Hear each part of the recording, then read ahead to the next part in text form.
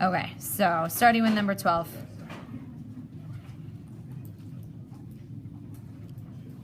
So number 12 says find the product if possible. So let's start with that whole if possible part. Take a look at the dimensions, make sure that we actually can multiply them together.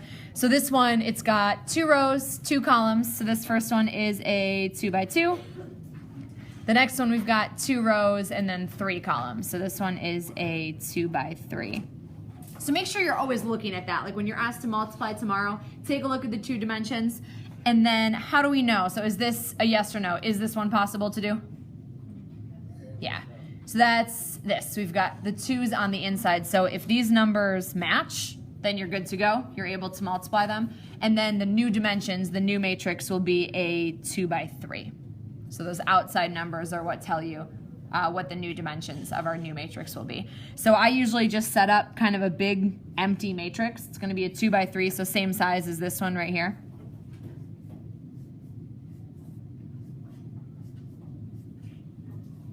Like that.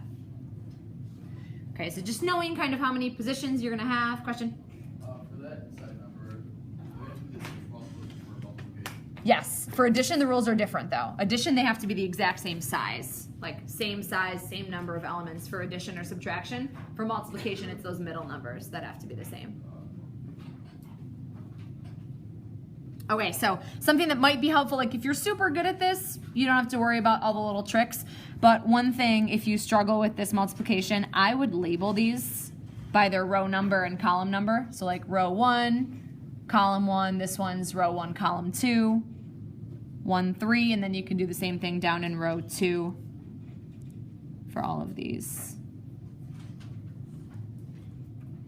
And then that'll kind of keep you organized. You know which row you're using, which column you're using. So this one is row 1, column 1. So we use row 1 from this matrix, and we use column 1 from this matrix. So quick note to keep in mind, this matrix on the left, we always organize it by its rows.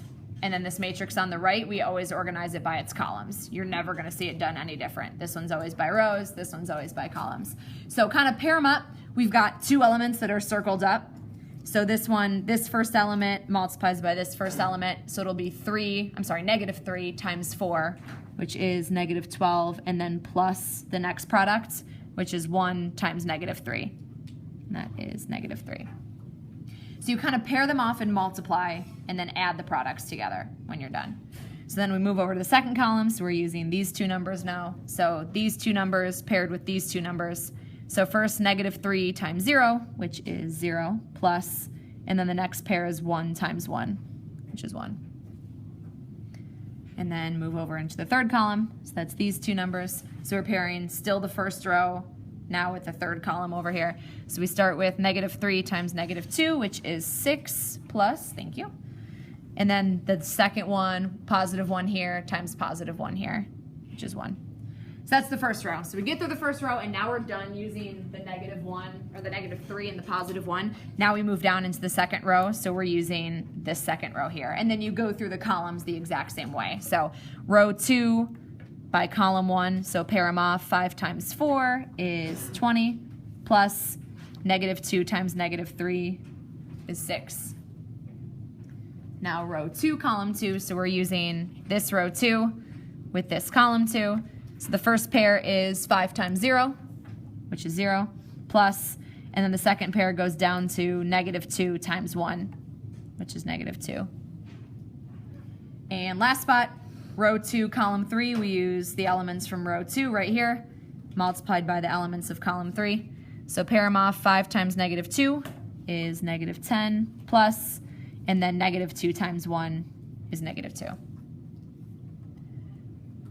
Okay, so before I simplify that up, any questions on, the rows, the columns, how I paired things up? Any questions on that before I simplify it? No? Okay, so all you're doing is just adding or subtracting, just combining those terms up. So this first one, this adds up to negative 15. This is 1, and then 7 for that first row. Second row, these add to 26, negative 2, and negative 12. So that would be your final answer. It should still have 2 rows and 3 columns like we said it was going to from the beginning. So don't do anything. I saw some people like trying to combine all the elements up into one element. Don't do that. You should have 2 separate rows and 3 separate columns. So it should be that exact size. All right, so that's one of our multiplication questions. 13 is another one. This one, first of all, we're not using c equals 3 to determine if this is true or false. So we want to see, is the left-hand side equal to the right-hand side? So first of all, properties for matrices don't work the same as they do for numbers. So some people tried to do some distribution. Distribution may or may not work, so don't assume any properties necessarily here. So start with the a plus c. So think like order of operations. We do parentheses first. So start with a plus c because we're going to need that for both sides. So addition is easy. We talked about those problems yesterday. Addition, you literally just pair them up term by term and add them together. So if I'm adding a plus c, I just go start with upper lefts, 1 plus -1, which is 0. Upper right is 3 plus 0, which is 3. Down to the lower lefts, 3 plus 0 is 3. And then lower right, 1 plus -1 would be 0. So a plus c, the addition actually is that easy, like just pairing up term by term. Multiplication is not, unfortunately. So we're going to do the left-hand side first, where you do a plus c on the left. So this matrix goes on the left, and then b on the right.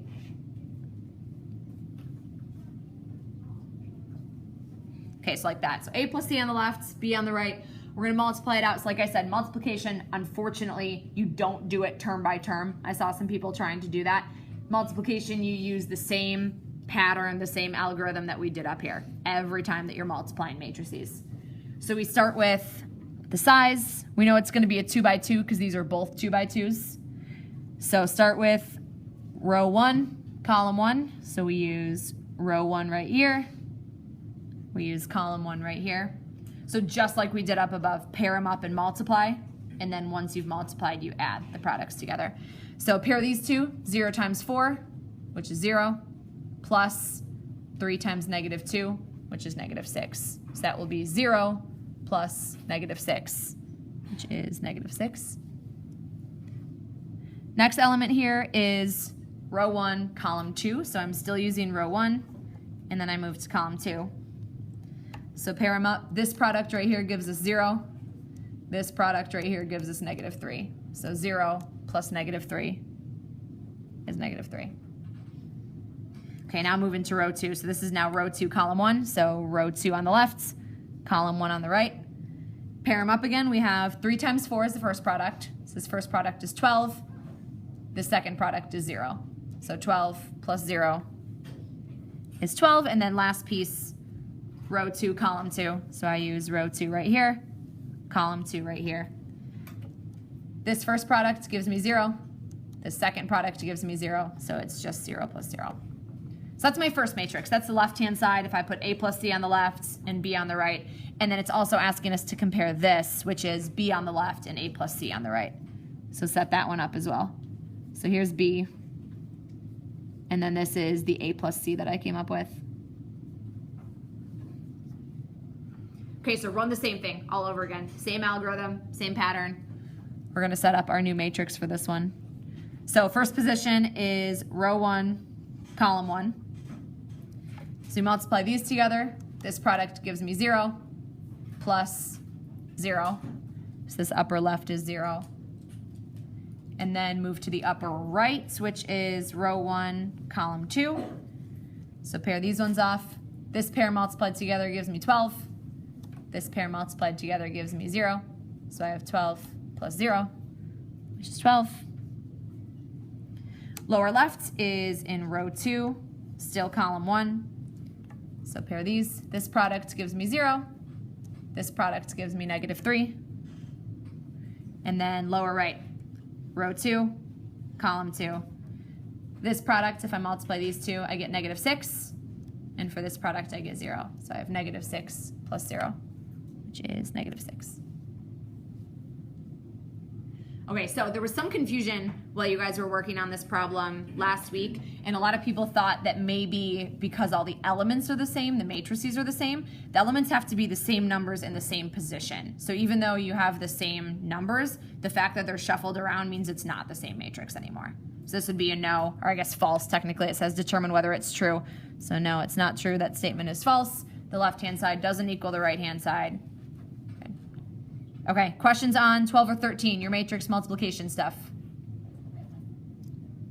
Yeah. Where did you, I don't know, I probably just having something up wrong with the variables or plugging something wrong. Okay, so did you have like very similar matrix, just maybe missing one or two of the values? I guess.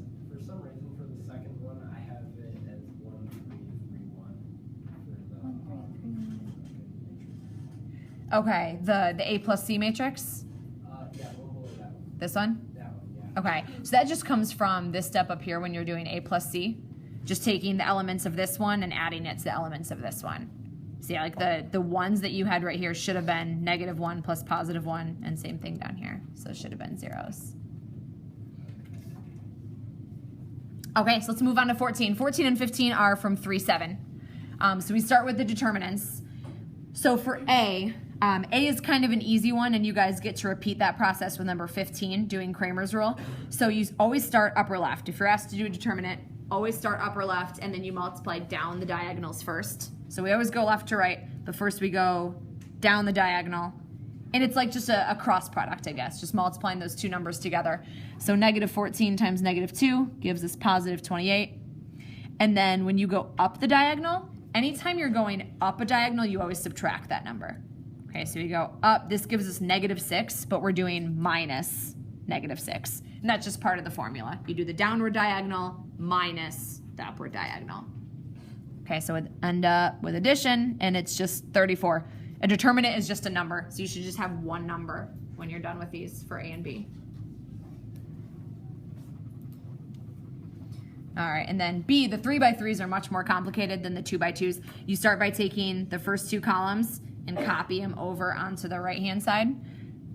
So copy column 1 down, and then do the same thing for column 2.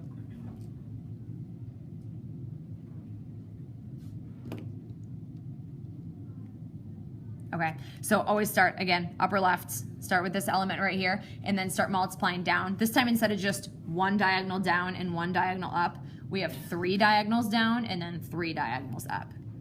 Okay, so go down this diagonal, 2 times 0 times 7. Anytime you come across a 0 when you're going down a product, it's just 0, because it doesn't matter what else you multiply by. So this product just ends up being 0. And then go down here. -4 times 9 is -36, times -1 is +36. And then this last one, 1 times 3 is 3, times 5 is 15. Okay, so those are your downward diagonals. All right, so then you move to the lower left and multiply up the next 3 diagonals. So start down here next, and then multiply up the diagonals. So this one, again, we ran through a 0, so the product is just going to be 0. And then here, 5 times 9 is 45, times 2 is 90. And then here, 7 times 3 is 21, times -4 is -84.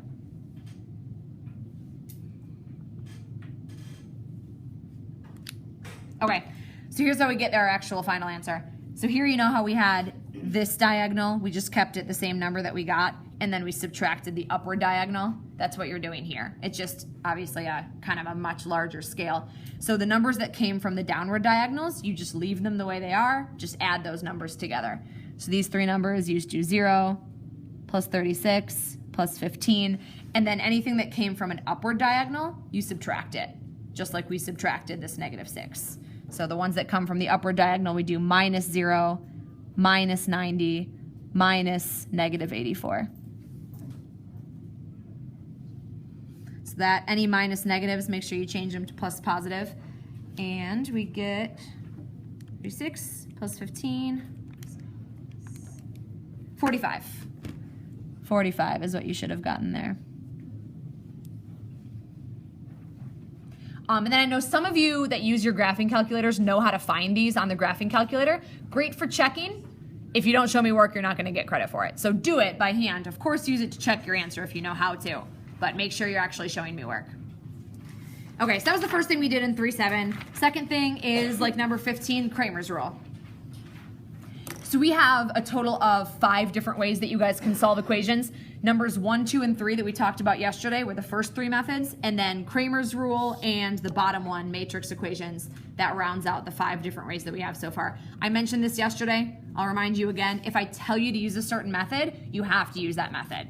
Otherwise, I'm not going to give you credit for it. Like even if you, so if you did elimination method for every single one of them, sure, you'd probably come up with the right answer if you're really good at elimination method, but I need to see that you know how to do all of these. So you're not getting credit even for the right answer if you don't do the method that I told you to, so please read carefully. All right, Cramers Rule. We've got 3 different matrices that we need to come up with. They're called C, CY, and CX. Or I guess C, CX, and CY.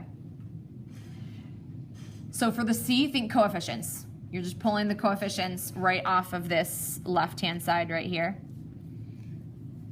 So X's coefficients, we have 5 and -3. So that would be this first column right here. And then Y's coefficients, we have 4 and -2.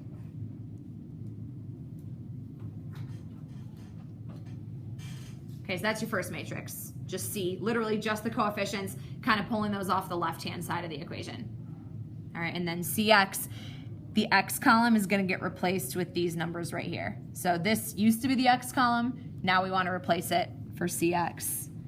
So replace the X column with the 10 and the -8, but then keep the other column the same.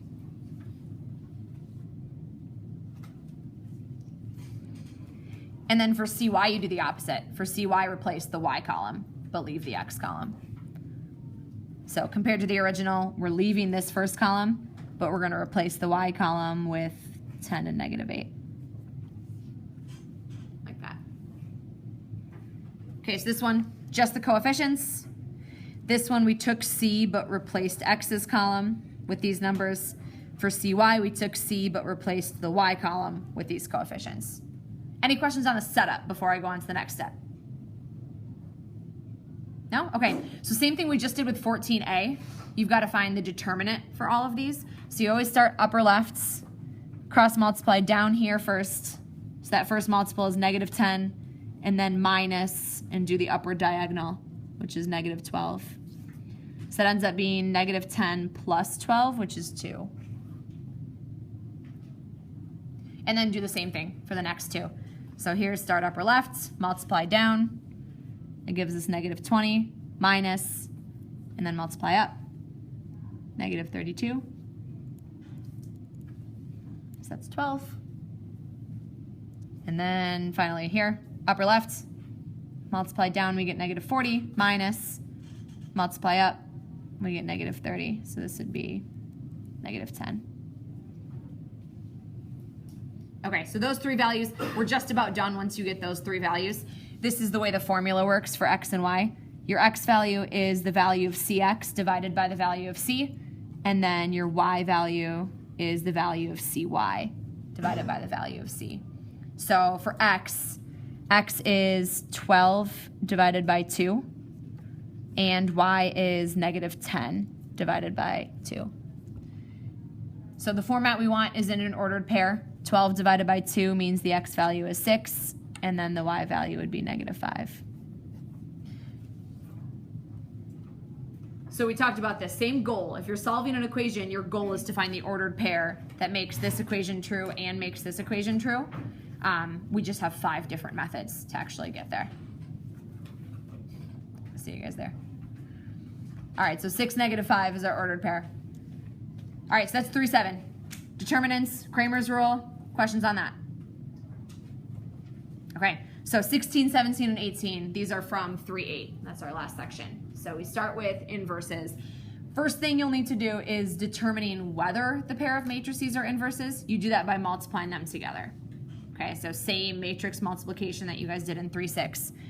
So multiply matrix M by matrix N.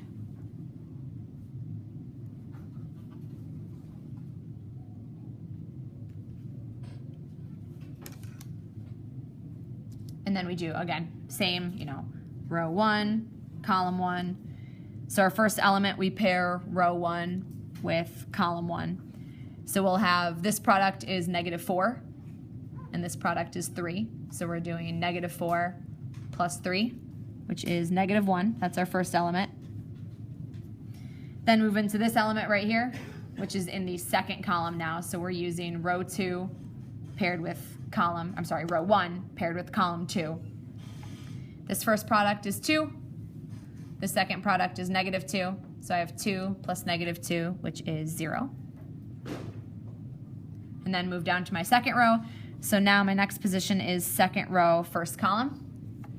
So I pair these up. 3 times -2 is -6, plus 2 times 3 is 6. So -6 plus 6 is 0. And then my very last spot would be the second row paired with the second column. So 3 times 1 is 3, plus this product would be a -4. So +3 plus -4 would leave us with -1. So this is one that's been throwing you guys off too. Does this make these two matrices inverses of each other? Yes. Doesn't. Everybody wants to say yes. It's supposed to be 1, 0, 0, 1. If it's not exactly 1, 0, 0, one negative sign, one wrong number, and they're not inverses of each other. So the negative ones make it a no. Oh, because they're negative. The negatives, yep.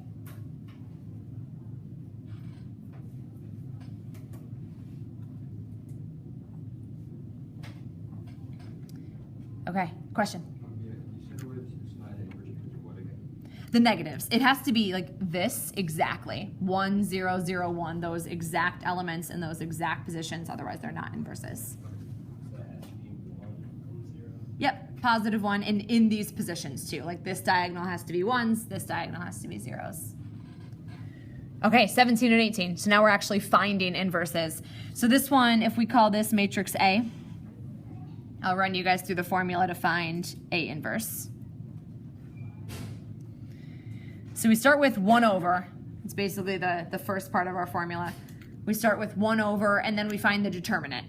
And the determinant was the same thing that we were just doing up here, same thing that you were doing on the previous page. So you do this diagonal, which comes out to be -12, minus this diagonal, which is -20. So change that to plus positive. And then we set up this new matrix. And the new matrix takes these elements but kind of manipulates them around.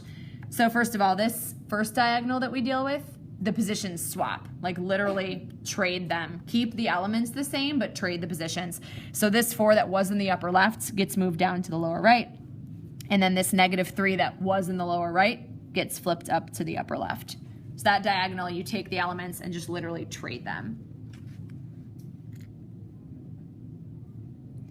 And then the other elements, these two, they stay where they are, but their signs change. So this 5 becomes a -5. This -4 becomes a +4. Okay, and then last thing, this denominator is 8. Like this is a 1 over 8 when you simplify that down. So instead of thinking of like multiplying by 1 over 8, think of it as dividing by 8. Okay, so you distribute this and you divide each one of the terms by 8, like this.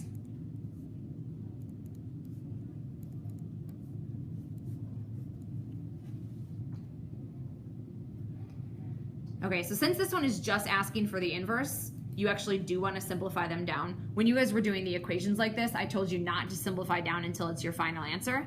But for this type of problem, that is your final answer. So you do want to reduce down the ones that you can. So the first row doesn't reduce down, but this one, the 4 over 8s can reduce down to 1/2. So that would be your final answer once you reduce them down all the way.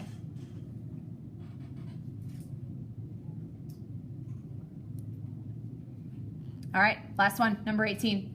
So use a matrix equation to solve the system of equations. So this is the little equation that you guys need to know for tomorrow. So make sure you have that memorized and then of course know how to actually find A inverse. Finding A inverse is what we literally just did with 17, and then multiplying it by B is what we were doing all throughout 3-6 in a whole bunch of these problems.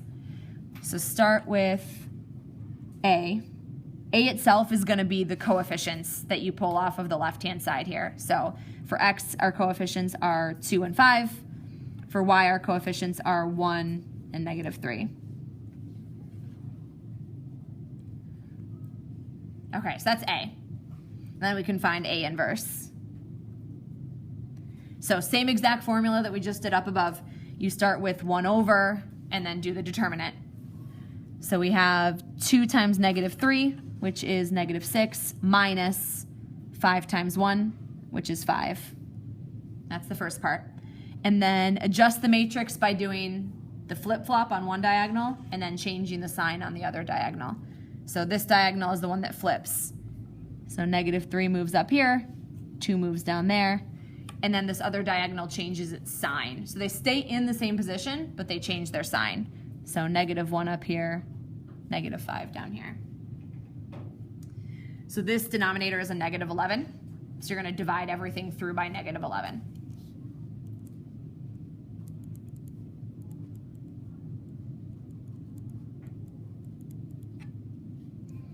Okay, so most of them, like 3 of them turn out positive because you had a negative divided by a negative. But this one, since it was +2 divided by -11, this one in the bottom right comes back negative.